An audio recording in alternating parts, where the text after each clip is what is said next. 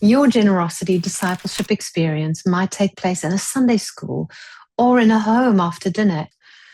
You may decide that you want to run a generosity camp, perhaps over a 1 or 2 day weekend or a holiday. And a lot of the leaders have done this. They've taken the sessions out of order, so not necessarily sequential, session 1, 2, and 3. They've looked at different sessions in the booklet, and they've decided to form a theme. For example, holistic generosity. They chose 3 or 4 of the sessions, and they decided to build a camp around those sessions. You can do that too. Whatever you decide to do, be creative. Each GDE session can last anything from 30 minutes to an hour or even longer. You decide based on your needs, your children, and your community. So let's have a look at the 7 tips we've compiled as you plan to run a GDE. Number 1, your purpose and theme. So if you're running the GDE as a camp, say a 1 or 2 day vacation Bible school, try to have a theme and then build your camp around that. Second, estimate the number of children that you expect and make sure that you have enough volunteers for the amount of children.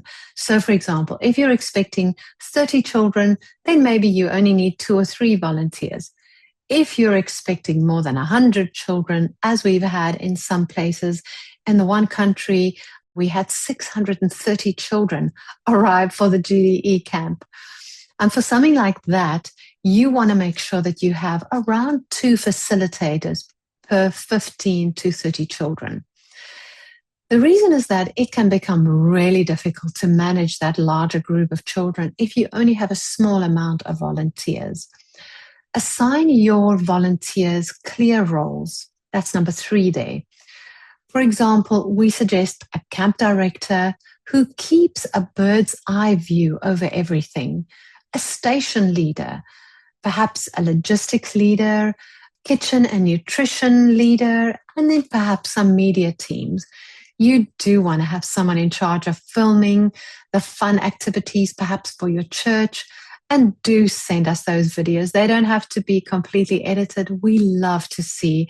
Number 4, we have age groups. So set up stations for different age groups. You can also organize color-coded age groups. For example, give them a yellow band for ages 6 to 7 or whatever the case may be. It really, really makes a difference if you're running a camp to be organized, keeping the children together, also for security purposes. Ask your group leaders to guide the children or the groups between the different stations. So in the GDE, you'll see there is a game, gather, and there's a giving challenge. And so we normally start with a game. You don't have to start with a game, but it's really nice to start with a game and get all their energy worked out before you move to the gather station, where it's a little bit more reflective and watching the video, where there'll be questions. Let them get rid of their energy first. Number 5, we have learning and activities. So a suggestion is to set up 4 stations. As I said, the GDE's game, gather, and give stations, as well as a suggested counseling station. It's always a good idea to have an opportunity for children who may need counseling. Station management is number 6. For big groups, add substations. For example, maybe you want to have 2 gather stations with leaders for each small group activity.